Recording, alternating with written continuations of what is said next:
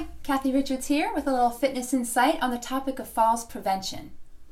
Now, falls prevention is an area of concern for a lot of older adults, and rightfully so, because a fall could lead to a broken bone or some other injury that could take quite a while to recover from and end up really impacting your quality of life and the things that you'd like to do on a day-to-day basis.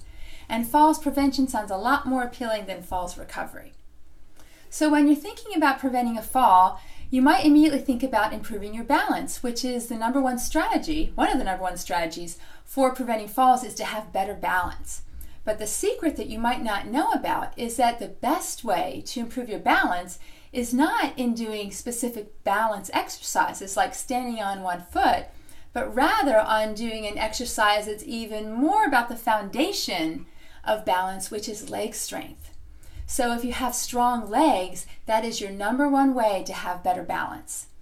So in order to improve leg strength, you want to do specific strengthening exercises, and I'm going to focus on one today that's called the sit to stand, or sometimes we call it the chair stand. And all you need for this exercise is a sturdy chair, and that's it. You can do it at home, and you don't have to have any other equipment. You want to make sure the chair doesn't have wheels and it's not a flimsy chair. So it's either a nice sturdy chair or maybe you have it pushed against the wall, and all you're going to do is stand up and sit down repeatedly.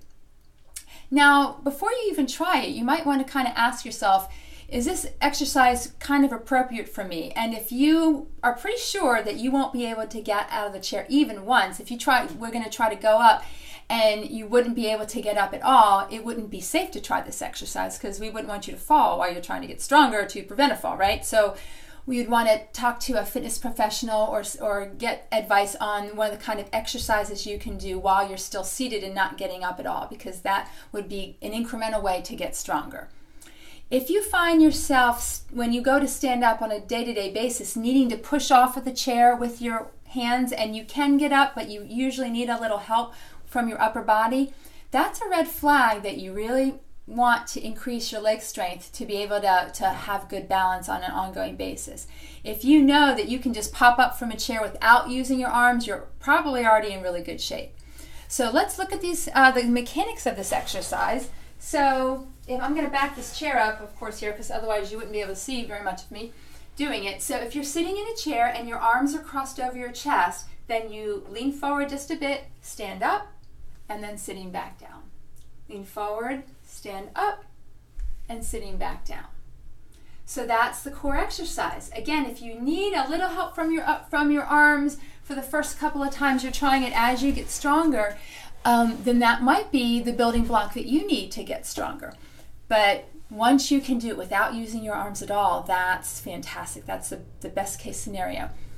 And the reason why we want to do this, to give you a couple statistics that might help motivate you, is that the average person loses half their leg strength between the ages of 20 and 80. So if you think about that 60-year snapshot in time, the average person gets less and less and less active over that time, and the muscles get weaker and weaker and weaker. So by the time someone turns 80 years old, their legs might be quite weak if they haven't been doing anything to kind of prevent that muscle loss and keep those muscles strong. The good news is that the human body and the muscles specifically respond to strength training exercise at any age. And so therefore, if you were to start doing this exercise, you will get stronger. So that's just a phenomenal capacity of the human body. And when those legs are strong and you're walking just in day-to-day life, and maybe you enter some uneven surface that you're walking on, or you get jostled in a crowd, or something else happens that you are exposed to in day-to-day life, when those legs are strong, you will be more sure-footed and less likely to fall.